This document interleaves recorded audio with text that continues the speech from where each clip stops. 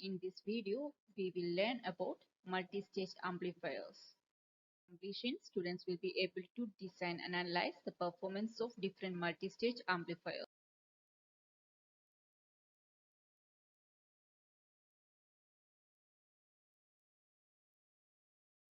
Multi-stage amplifiers. In multi-stage amplifiers, the output of first stage is coupled to the input of next stage using a coupled device.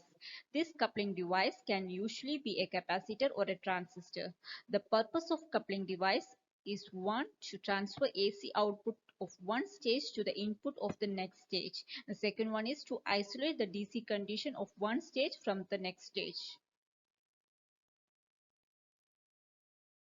The typical specification of a general purpose operation amplifier is input resistance is approximately 1 mega ohm and output resistance is approximately 100 ohm and voltage gain is approximately 100,000. But no single transistor amplifier can satisfy this specification. In order to achieve it, multi-stage amplifier uses. Types of coupling in multi-stage amplifiers are RC coupling, transformer coupling, and direct coupling. The overall gain of this amplifier is the product of voltage gain of individual stage.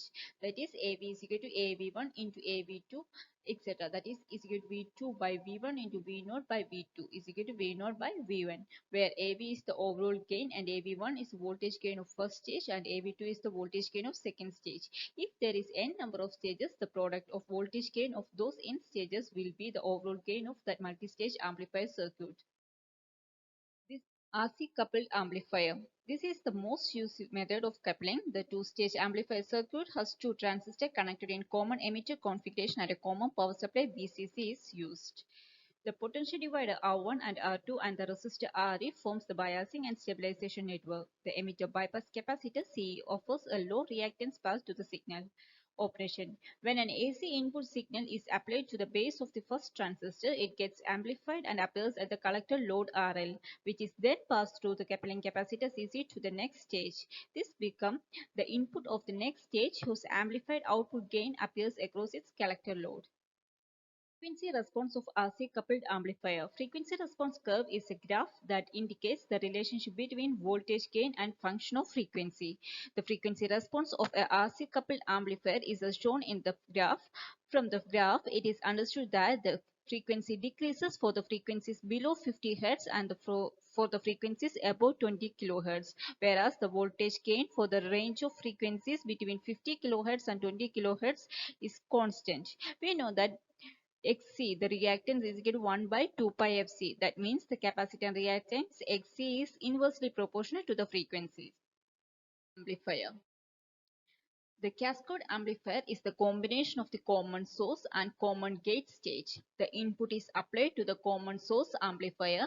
The transistor M1 is also known as amplifying transistor and the output of the transistor is fed to the common gate stage. The output of the cascade amplifier is measured at the drain terminal of the common gate stage. For a time being here, the load is not shown, but the load could be passive resistive load or it could be an active load like a resistor. The common gate stage multipliers the output resistance of the common source stage if R1 is the output resistance of the transistor M1 and then the output resistance seen from the drain terminal of the M2 is approximately GM2, R02 and R01.